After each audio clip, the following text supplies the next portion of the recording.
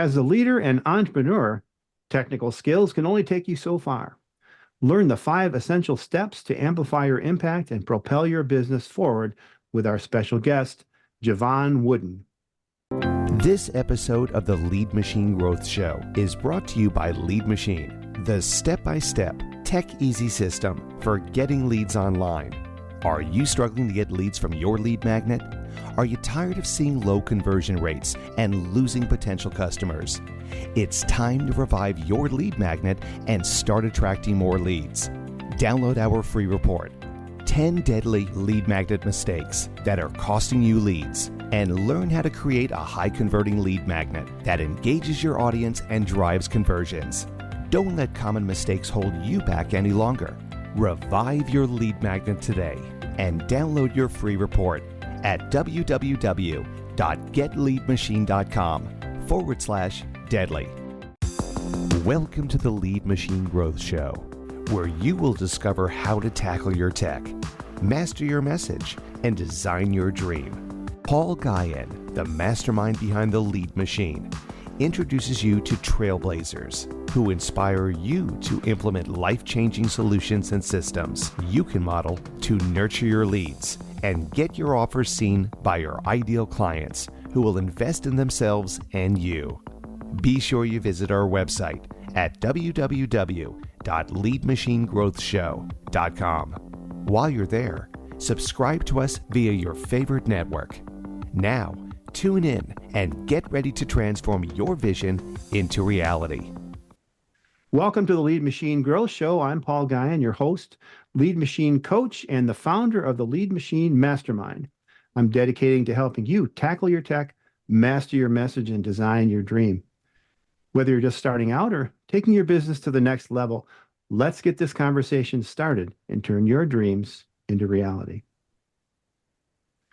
Jevon Wooden, CEO and founder of BrightMind Consulting Group, is a certified coach, business consultant, speaker, podcast host, author, and Army veteran. Certified in emotional intelligence and DISC, that's DISC, and driven by a passion for leadership, growth strategy, and aiding motivated leaders and businesses to reaching their goals and objectives. His innovative business growth and personal development ideas have gained recognition in leading publications such as Entrepreneur, Inc. Magazine, Fast Company, Founder, Forbes, and Verizon. Jevon, welcome. Hey, thanks so much for having me, Paul. It's a pleasure being here. You bet. So the emotional intelligence and DISC kind of got my attention as we talked last week, I think it was. So why?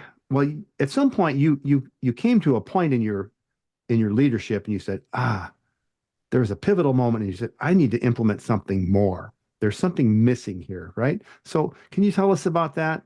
And why is empathy so important? Yeah, I mean, empathy is, for me, it's everything. You know, growing up in poverty, and I've had some experiences where I got into a little bit of trouble in my teenage years. And I realized when I looked back and did the introspection on that it was because, one, I didn't understand my value. And there weren't many people showing me empathy. There weren't many people saying, hey, you matter.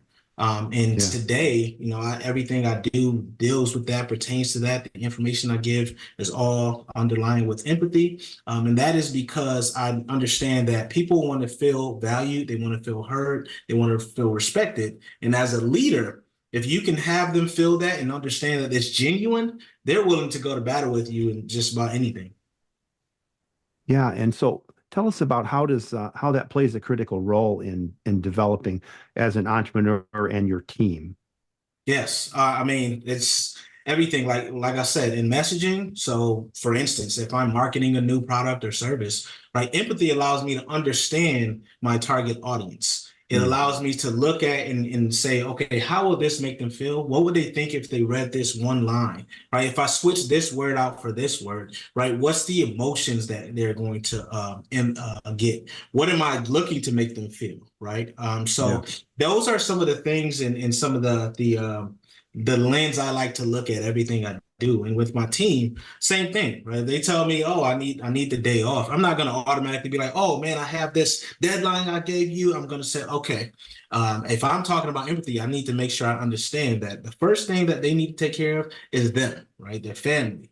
And as a leader, that's what I want them to do. That's one of the first things I do when someone comes on board. I say, you know what? Here, we value you, right? Yes, you have work to do, but you can do it on your time. Be flexible, because I'm treating people like they want to be treated, right? Giving them the autonomy. I'm not selling anything. I'm providing that transformation, whether it's my clients or my employees.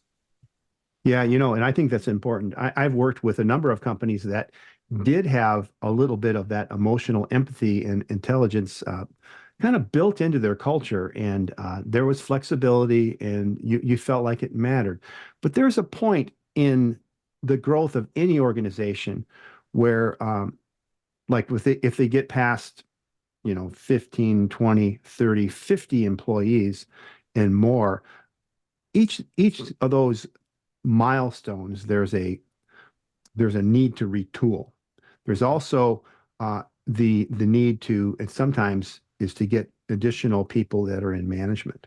And so, how do you sustain that handing of the torch to the people that you hire, that are going to be, that maybe, when you're a small organization, it's real easy to do that, but it gets harder as you grow. Can you talk about that? Absolutely. And it's all about the culture, right? Yeah. We hear this word often, culture. What is that? That's really the ideologies, the beliefs, the methods of a group of people, right? So if you ensure that those hires align with your culture, and that's what matters most to them, is making sure that their people are taken care of, then that's going to trickle down. So no matter what level you are, that leader who's ever dealing with those direct reports, they should have that empathetic leadership as well. And it could take some training, right? Some people are rough around the edges. Some people are great at technical skills. Maybe they're not a leader. Maybe they're more of a manager. How do you get them to that next level of being a leader? And that's what it's about. And oftentimes we just have to be honest. Some people just don't have that. Right? So we have Yeah. to be honest. Do we want to deal with that person who doesn't have that, who could be a catalyst for a disaster, or could, disrupt our culture? So we Yeah. just have to ask those tough questions. And you said retool. What would that look like? And we need to have those plans in place to say, all right, this just isn't working out. How long do we give these people? What training do we give before we pull the cord? Do we do a job rotation and put them in a different place? Right? There's so many different things we can do to ensure that we take action. We say, my bad as the leader. That was not the right decision. Yeah. Let's move forward from this. Yeah, I mean, a lot of times, and this happens all the time when there's a really super good technician. Maybe it's a salesperson. He's super good at closing, he or she, and they know how they may have done it their own way, because they integrated empathy into their sales process, and they're super successful. Maybe they're at the top of your company in sales, but they're not meant to be a manager. They're out there, they're making it rain. And that's what they love. That's what they do. And a lot of times they're misplaced into a leadership role when it's really not a good fit. So is that how, is the emotional intelligence and the DISC assessment, is that something that you use to help place people in the right place in the first place? Yeah, I think that if you use those tools, right, and emotional intelligence, I want people to understand that there's actually four components, right? And the first component is self-regulation, being able to regulate yourself. So with that is the honesty, knowing the type of person you are, knowing who vibes well with you, all those other things. And then you get to the self-management. And then the third block is actually social recognition, and then social management, right? So we need to understand that. Before we get into this, right? So the reason why I like the DISC is because it gives the other person that took that test the ability to say, oh, I don't govern myself very well, right? I'm a hothead. I don't listen to people well, right? So it kind of shines a spotlight for them to say, I'm the one that answered these questions. It's not someone else telling me. It's not a biased opinion. It's a system that has no dog in the fight, right? Let me look and kind of do that work to say, is this true? And then that gives you a piece. So I love to start with those tools, those assessments. Doesn't necessarily have to be a disc or anything. You can do Myers-Briggs or any of those stress finder. There's a ton of them, but I'd say start with that so people know where they stand. And then it also gives that manager who was leading them to say, okay, this person is an S, I'm a D. So maybe they might get on my nerves a little bit because they want to know all these facts. I just want to get it done. This is why, right? So it gives you so many different lenses to look from. Yeah, and can you maybe explain for our audience that isn't so interested or not interested, familiar with what a DISC assessment is? Could you just kind of define it a little bit more? Sure. So DISC assessment is an assessment. It's kind of like a not necessarily personality. I would say it's your tendencies, right? That's how I like to explain it. So a D is dominant, right? You're very assertive. You don't care about all the facts. You just want to get it done, right? You may come off as brash sometimes. You're very, to the point. And I is the influencer, right? You're a people person. You're able to move the crowd, work the crowd a little bit, right? But you're also all about your business, right? The S is more of the person that's, you kind of want to know the facts. You want to know what's going on, right? A little bit more. You're not very assertive, but you're more so strategic, right? You want that synergy. And then you got the C, right? You want to know every single thing, right? You want to know all the details before you make a decision because you're conscientious, right? You have to have all of the facts before you say, yes, let's move this way. And I don't think I said S. S is steady, right? That's the steady person. So that's really the DISC in a nutshell. And there's two different components to the DISC.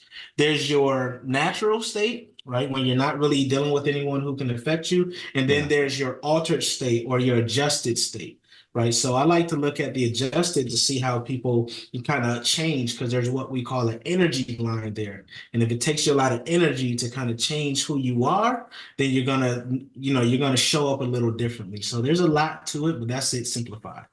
Yeah, and there are shades in all those directions. There's no one is just all D or all C or all S or I. And it could be a point in time, right? It could be one day you just felt a different way. You answered the questions differently. So there's something that you can constantly do to say, okay, I've noticed these past couple of months I've been very like snappy and to the point when typically, I'm more of a friendly type of person. What's going on, right? So it just allows you to do more analysis of self and of your people.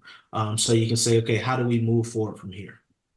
Yeah, my father used to always tell me to do a self-examination, to examine, and I never got it, until he's, been long gone for many, many years, God rest his soul.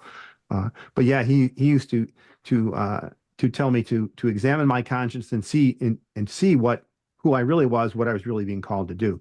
And of course I ignored that because I was a bit of a rebellious teenager myself.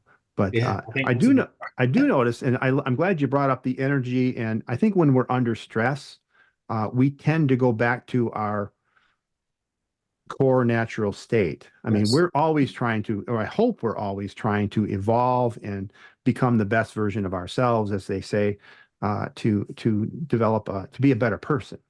And but when we're under stress, that snap. All of a sudden I'm more direct than usual. Discretion is the greater part of valor. One of my colleagues used to tell me, and sometimes I would just be direct and come off as brash. And wait a minute, I should have thought that through a little bit more because I got this person all upset. And by the way, she's the owner of the company, and maybe I shouldn't have said that. So yeah, I think we've all been there, right? It's like you want to get to the point, you're kind of frustrated, especially if you're on like a sales call or something like that. You're like, man, this person just won't let me get a word in edgewise, or they're shutting down everything I'm saying, right? So you really have to, I always say be proactive. In the military, we say train as you fight.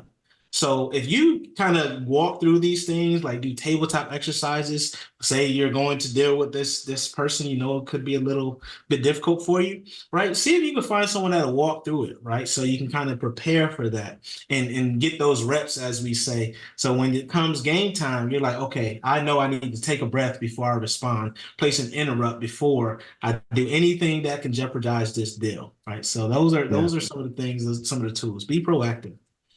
Yeah, and I think that you make a good point. It's doing the role playing, the tabletop exercise, but also if you do this yourself often enough, or at least once, to be, you'll be able to recognize this in other people Mhm. because you recognize it in yourself. And I would recommend that you take the DISC assessment at least once, or maybe a few times, right? Uh, that way you'll be able to recognize who am I dealing with, and okay, I need to be super patient because they're a C. Yes. They want to know if I'm in a sales position or if I'm in a position where I need to convince you of something that you're not aware of or something that you need to do or become, uh, whether it's your children or whether it's a client. Uh, you need to be aware of that. And so maybe you can be prepared to answer those questions that you think that you know that they're going to want to know. And those are the things that, being a D, you might want to kind of gloss over those because you want to get to the matter. Yes. So Yeah. No, that's true. It's like, what do they care about? You have to ask yourself, because as a D, I'm a DI, right? So I'm more of that spectrum that I'm more like assertive. I don't care about all those facts. I just want the big picture, right? So I have to, when I'm talking to a client, I have to see, you kind of get those keys when you're on a call with someone, right? They may say, yeah. I feel like instead of, or it sounds like, right? Pay attention to those types of words to see what matters to them. And if they keep asking these little intricate details, then you know that you need to go into depth on some more stuff, right? So it's just really about paying attention to the person. And I believe that that's where empathy really comes into play. It's not about how I want them to feel or my agenda. It's about them and whether that's an employee or a client. Yeah, and at the end of the day, when we're in sales, I mean, the thing that we want to do is we want to provide value. And Yes. so if we can walk a mile in the other person's shoe and say, okay, what would they really value? And you tune your messaging to that, and you Yes. you are always constantly seeking providing value, then you'll get the value that you're looking for. Absolutely. And nowadays, it's a lot easier to find information. Right? If I know who's going to be on that call or know what company I'm going for, I can look up a ton of different things. Right? What issues are they seeming to face? And if I come with that I did my homework, they're going to be like, okay, you're prepared, right? You know that we just had a leadership change. You know that this happened. You know that we're trying to go public. Whatever it is, right? Once you find those keys, you can say, well, this may be pertinent for you because X. Then they're like, oh, okay, yeah, I can see that, right? So Yeah. that's really what it's all about when I'm talking about empathy, especially when it comes to sales and really delivering that value you spoke on.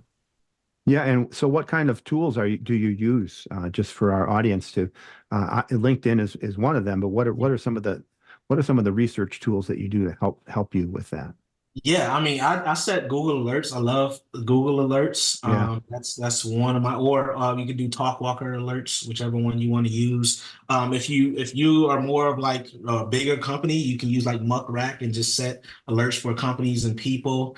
You can do sales tools like Apollo.ai and look up all the stuff that's going on, and it'll mark whether they had a leadership change, buyer intent, all these different cool things. And then AI, right? Yeah. If I Yeah. use like Google Gemini or something like that, now ChatGPT, we got to understand that it's to a certain year, right? So it may not be as relevant as you like.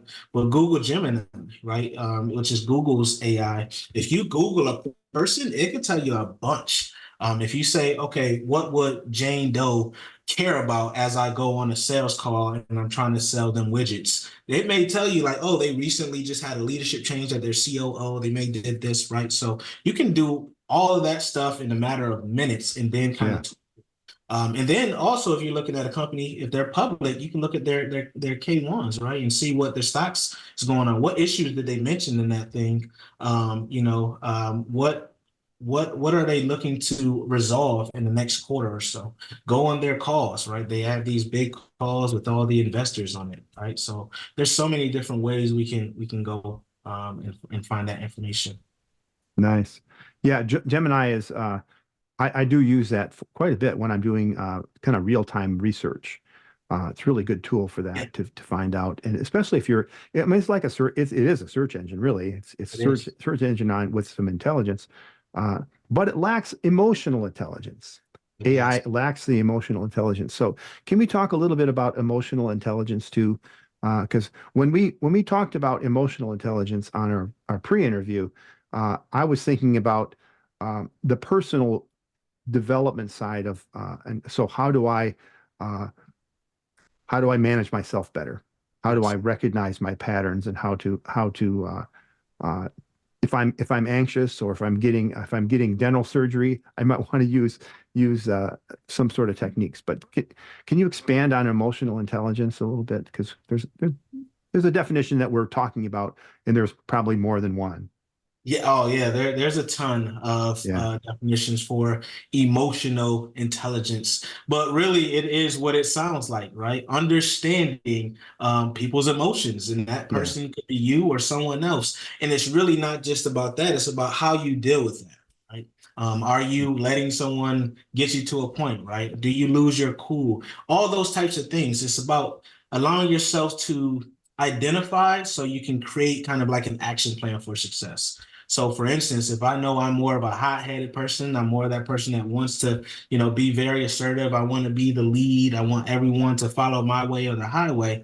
I have to be able to deal with those consequences too. That's, even though I'm that way, I can still be emotionally intelligent enough to say, this can be detrimental to me at times. How do I resolve it where I can listen a little bit better, right? Where I can get that active listening, as we like to call it, where I can kind of pause myself to listen to my team, see what they think, where they feel like they're psychologically safe. So it's really that in emotional intelligence, when you think of it from a leader perspective or from a company perspective, it's really about that group, right? Organizationally, do we understand our mix together, right? And I yeah, think there's a book called Traction. He talks about the two different types of people. And the reason why that's important is if I know I'm a DI and I'm like that, then maybe I need someone that's the opposite to kind of be my voice of reason. So it really gives you that power to say, am I recognizing socially? Do I get those cues? Do I recognize myself to say, okay, I understand these are my strengths, weaknesses. These are my opportunities for growth. These are the threats to my success, right? And then you put all that together and you come up with who you are and how you deal with certain people. yeah. And so, how does this impact the culture and employee engagement of your company as you're building out your team? Oh, huge impact. So if you have low emotional intelligence, right, that could be on the self-recognition and self-maintenance side or social recognition and social maintenance side. So if you have low self-recognition, everything stems from that, as I said earlier. So you won't understand how you're getting under people's skin. You won't understand how that you're not being tactful when you speak to them. You will pretty much be a cancer, right? And Yeah, until you identify that and you're willing to do something about it. And then the socially recognition side, you may not voice your opinion as much as you need to. Right? You may have great ideas, but no one's hearing them. You may be drowned out by other people who are more vocal. So as an organization, we need to take that into consideration. Right? Maybe if we didn't do an emotional intelligence test, we have to make that assumption that there are different types of folks in our organization.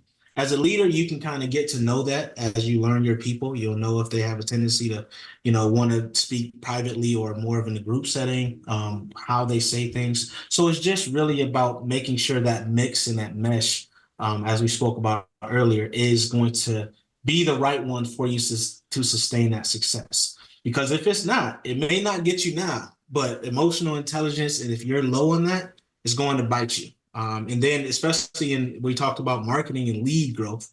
If you're not emotionally intelligent, you're not going to understand your customer, right? You're going yeah. to put out products and services that they really don't care about. They're going to say you're not listening to them, and it's going to stifle you.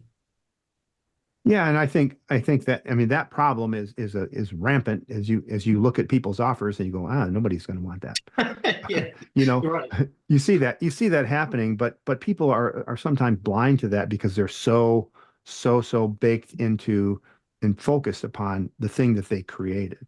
Yeah, And so yeah, and that's the stepping thing. back, stepping back and trying to understand your customer a lot better is super important. It's the first thing I teach when in my private mastermind groups and my one-on-one with my private clients is identifying and spending a lot of time on that, because if you don't hit that right, your messaging, technology doesn't matter.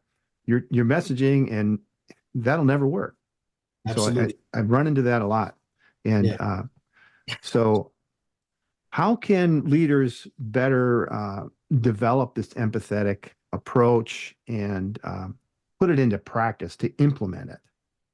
Yeah, absolutely. Well, you kind of said it, like learn, right? You said you were talking about, marketing, but learn yourself, right? Yeah. Learn who you are, learn what type of person. Change the mindset from saying that this is permanent, this is who I am, because that's not true, right? We as people, we can adjust and we can adapt and we can change. So if you really want to make that happen, stop saying this is me, this is the way I am, and see how can I become better, right? How can I be a better, more effective leader?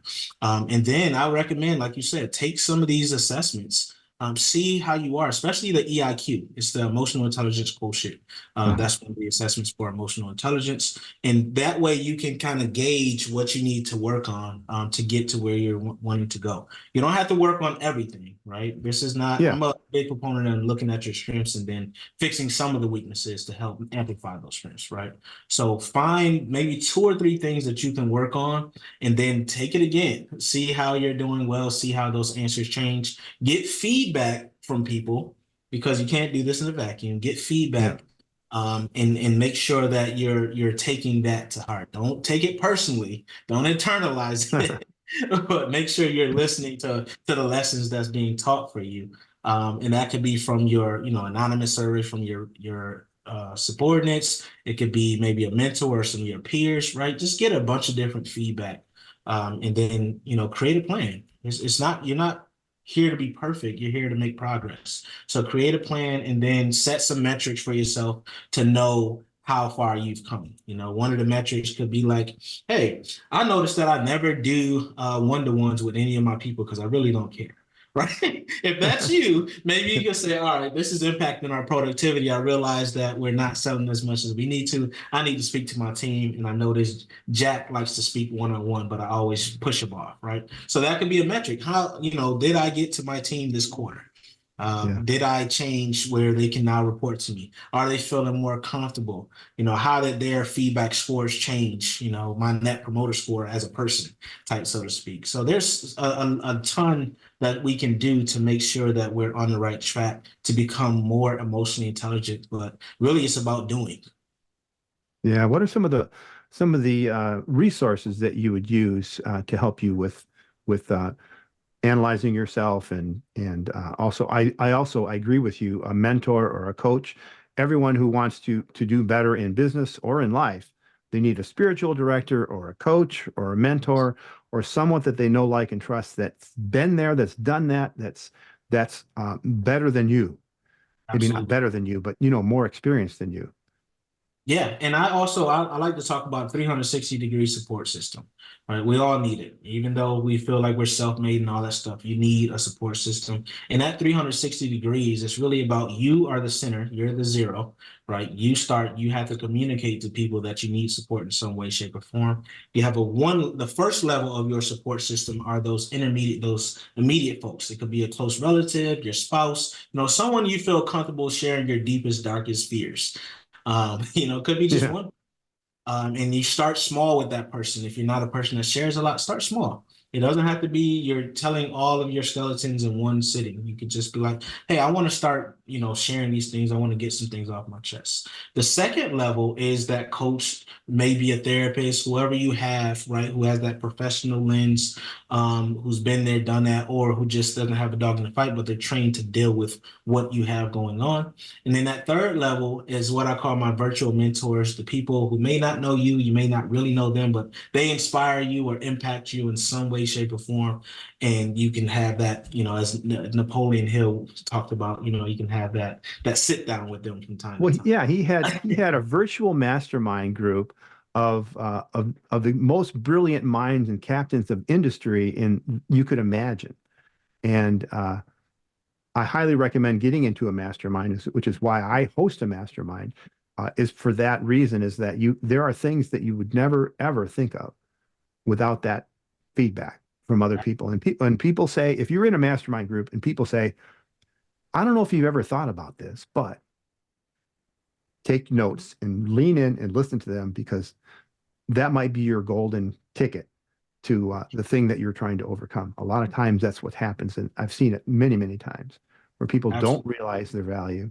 They don't realize the value that they could bring if only they could get over this mindset. It And could that's be, really the key. You mentioned it, Paul. Mindset. It's like you have to be open to change, right? yeah, And that's the toughest part for, especially if you're a high achiever.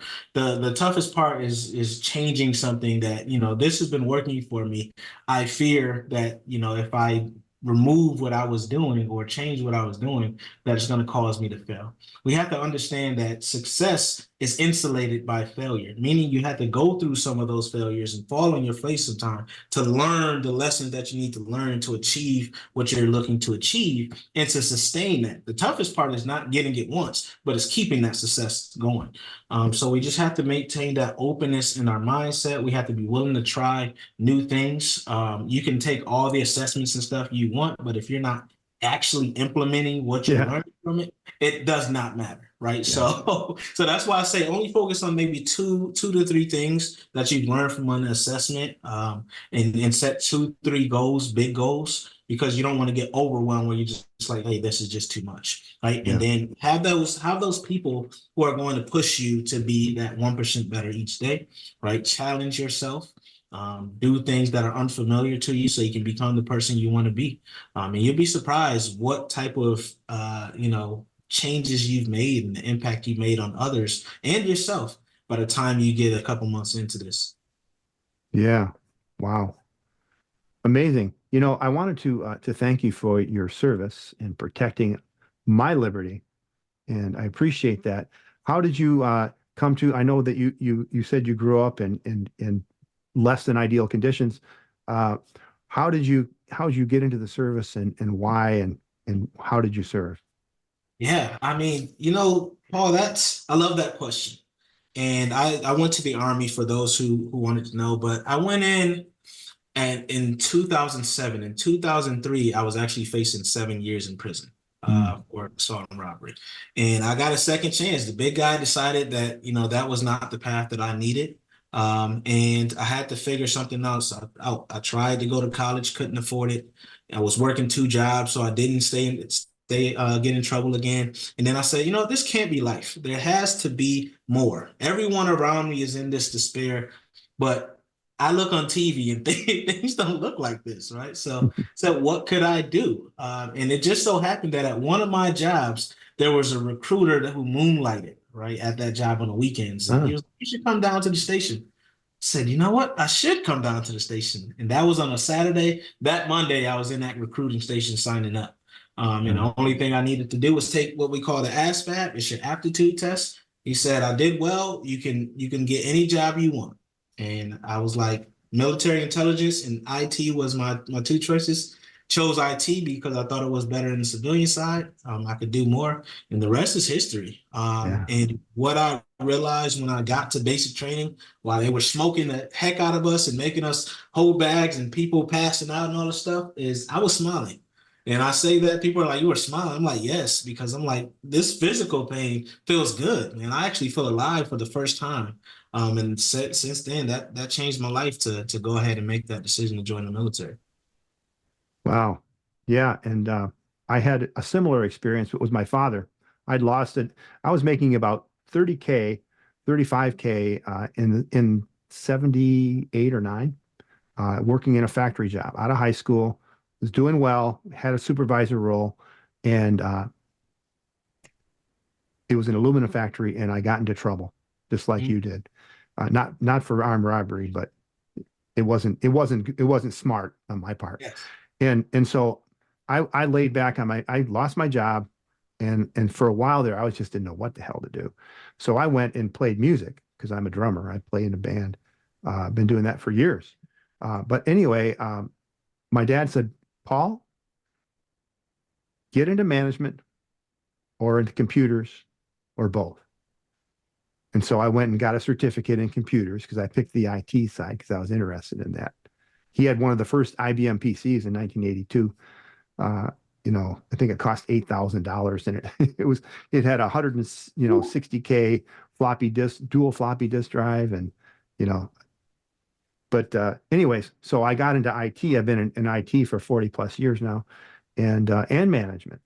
And it was the best advice I'd ever gotten. And it totally changed my life. Um, and, I could totally relate. So where did you serve? Yeah, so I did Kuwait a few times. I've done Qatar, as they like to say, Qatar, Uh-huh. in Afghanistan, and those Wow. are pretty much the main like overseas type of tours. Yeah. Yeah. Yeah. Well, So, thank you for defending our liberty and our oh, freedom. thank you for the Appreciate support. Thank you for the support. it. You bet. It's one of those things that it's such an honor. It's especially coming from my background. It's such an honor to be able to have done that. And it's changed my life and impacting the soldiers that I was able to serve with. It's just an amazing thing. Yeah. Yeah.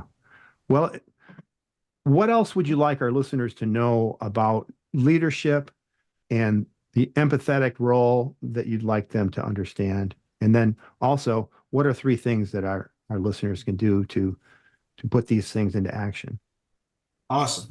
For empathetic leadership, I'd like our listeners to know that it does not mean being soft. It is often Yeah. associated with being soft. It's actually the opposite.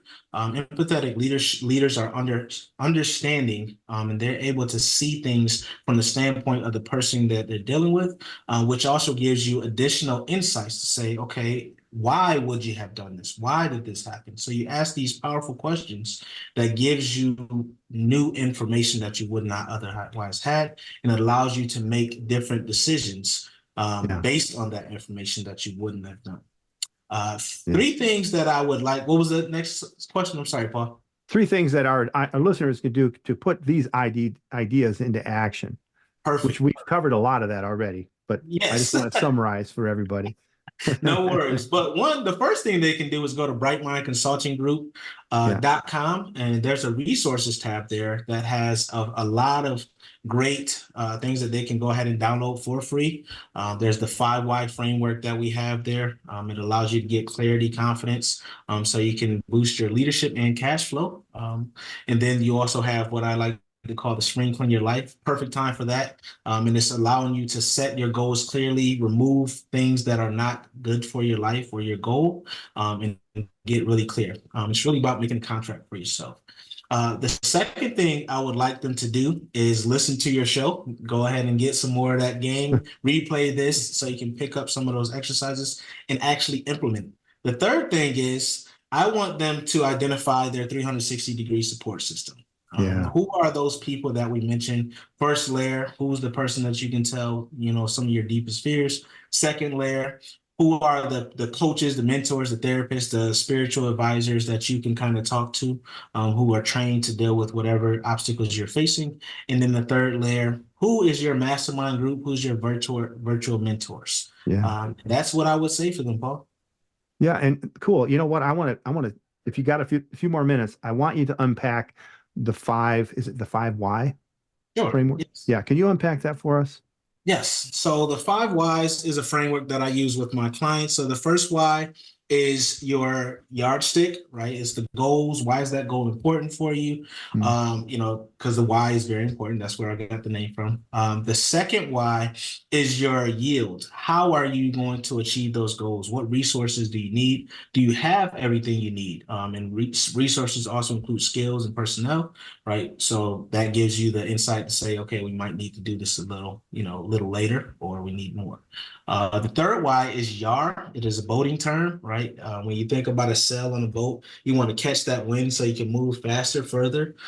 So we want that in your business and life as well. So it's about how do you make things easier? And the sub formula that we use is called the 3DA success formula. That's delegate those big tasks that you need to get done, but not necessarily by you, the leader, because you have other things you should be doing. You delete any of those sand tasks that feel good, that don't really feed into your major goals. You delay anything that is a revenue generating activity, and revenue is time and money that does not need to be done right now. So instead of Q1, maybe you do it in Q4. Then you automate anything that is repetitive, that is constantly being done day in and day out. Find a way to automate that. And then the fourth why is yoga. When you think about a yogi, you think about strength, think about grace in difficult positions. right? So you want your business to be that as way as well. You want to be that way. So how do you make yourself and your business flexible, scalable, sustainable, so you can last through the tides and the rising changes? And then the fifth why is yearn, getting people to evangelize your brand. And I want people to understand, us listening, the leaders, you have a personal brand and then you have a corporate brand. Like Right. you want people evangelizing both of those. So how do you get that? Because you want your name to be spoken in rooms you're not even in. Right. And treating people the way that they should be treated, empathy, Yes. can really, really skyrocket that, really help that, move that along. And it's not something you implement. It's something you be. You have to be. Yes. It's not a matter of implementation, but there are steps to implement, but you Yes. have to be that. Absolutely. And so the person who says, I don't care about the one-on-one, you got to start caring, pal. Right? Yeah, because you won't be there for long. You won't be very long. Yeah, there's All very right. few leaders who could say stuff like that and and still last. But Yeah. Well, they are out there. yeah, oh But yeah. and a lot of times they're the owner. Yes. But I've seen many owners. One I can think of. I won't mention his name, but that's exactly what happened. But he cared. He cared, but there was too many layers. And there were people that were in between him and everyone else that mattered Mm. that didn't care. They just wanted to get it done, and Yeah. they didn't really care how it got done. And so that faith that we had in the leadership, and I was on that other end, that we had in the leadership failed. And so vendors, employees, and clients said, I don't care about you anymore either. And that happens. It That's does. that's why this is so important. This empathetic approach to leadership, for sure. Yeah, So and I appreciate you sharing your platform so we can talk about this, Paul. yeah, I'm glad that you came on today. And you can go again to brightmindconsultinggroup.com. I'm not going to spell it because that's a mouthful, but brightmindconsultinggroup.com. Check out the 5 Why framework and all the resources that Jevon Wooden has to download for free. And my brother, thank you so much for coming again. And remember, faith and action go hand in hand. So keep the pedal to the metal. And until next time on the Lead Machine Growth Show, I'm Paul Guyon, your host, and Jevon Wooden. Thank you so much for coming. Thank you. Amen. Amen. Thank you for tuning in to the Lead Machine Growth Show with Paul Guyon, where we show you how to tackle your tech, master your message, and design your dream so that you can transform your vision into reality.